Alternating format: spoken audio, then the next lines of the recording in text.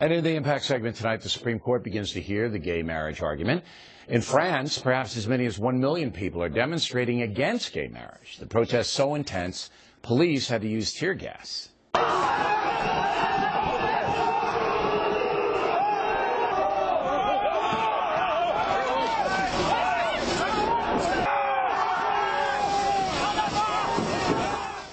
In Washington, however, it's a different story. There were also protests both in favor and against gay marriage, but the issue here not nearly as volatile as it is in France.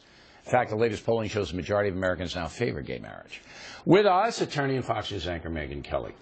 All right, before the French, a lot of Muslims there.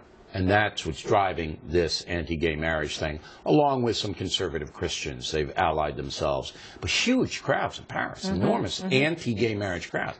Not seeing that here. I understand there are 2 cases.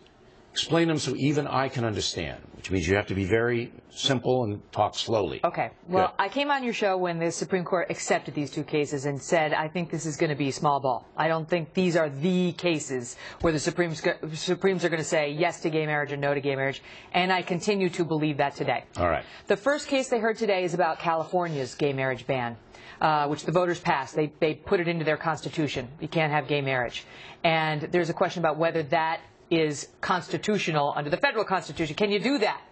And I think the Supreme Court, based on what I heard today, is going to limit their ruling in that case so that it's only going to affect Californians. And the ruling will be in California? I think they're going to dodge it on procedural grounds. They have a couple of ways to get out of deciding it on the merits by saying, A, you didn't have standing. You people who are challenging the lower court ruling in favor of gay marriage, you don't have standing to bring this case. Or B, you know what, we never should have taken this case. So they're going to dodge. That's going to cause a lot of problems. I think they're going to dodge. I don't think people will be surprised when they dodge. So if they dodge, then the people who like gay marriage are going to be happy for a dodge, not as happy as if they would have. But though in California, though, if they dodge, that means gay marriage is legal by fiat. Yes. So that just wipes out the popular vote there. Well, yes, it does. But I mean, I think at this point, same-sex marriage proponents will take a win as a win. I think so too. You know. But what about all the people who voted against gay marriage? They're disenfranchised. Well, yes, they are. But right. I mean, that's all right. They have a couple years to live with that. That's how you think that's going to come down. Small there. ball, I still think on Prop 8. Then the other one is the Defense of Marriage Act, signed by Bill Clinton, who now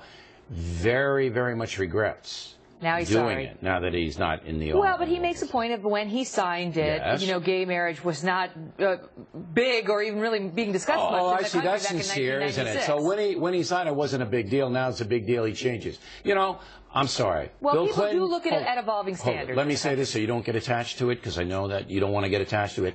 You're a phony, Bill Clinton. You're a phony. It's the same exact issue. Same thing.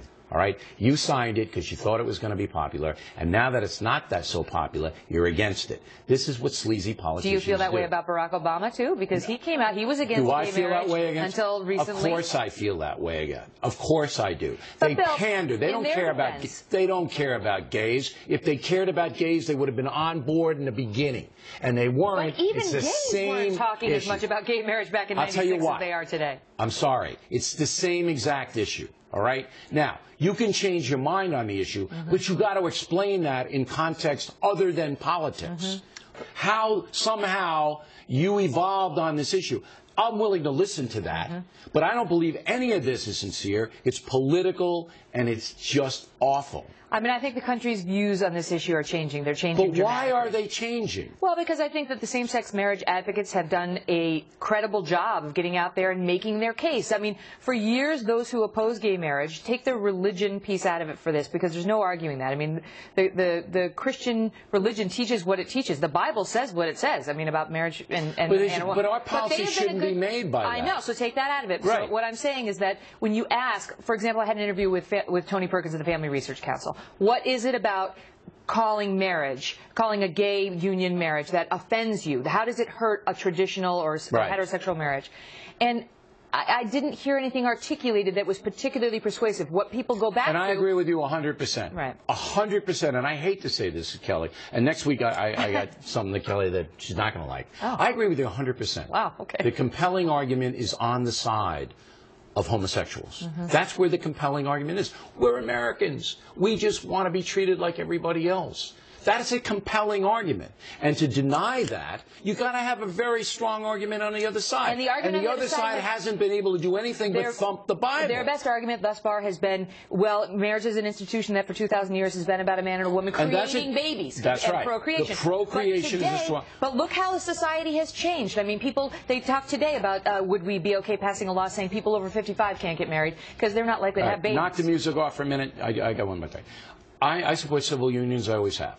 All right? And the gay marriage thing, I don't feel that strongly about it one way or the other. But then you leave it to the states. I think the states should do it. I think the Supreme Court's going to come down on the side of letting the democratic process play out in the states. I live in New York. New York has its fun with it. All right? I want all Americans to be happy. I do.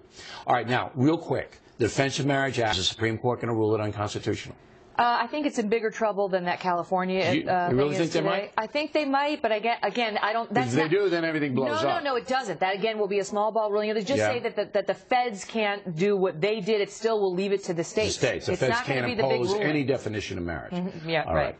Megyn Kelly, everybody. Oh, you got to tune in next week. What's happening to me next week? Oh, you are gonna. I'm not feeling well. So good. That throb you have, I feel it too. All right. We'll go to your house if you don't show up. I want to say for the record, I kind of like the frog, Bill. You sound kind of good. Yeah, thanks a lot. I'm trying to butter him up before next week. And talk about frogs. Glenn Beck is on deck. We'll talk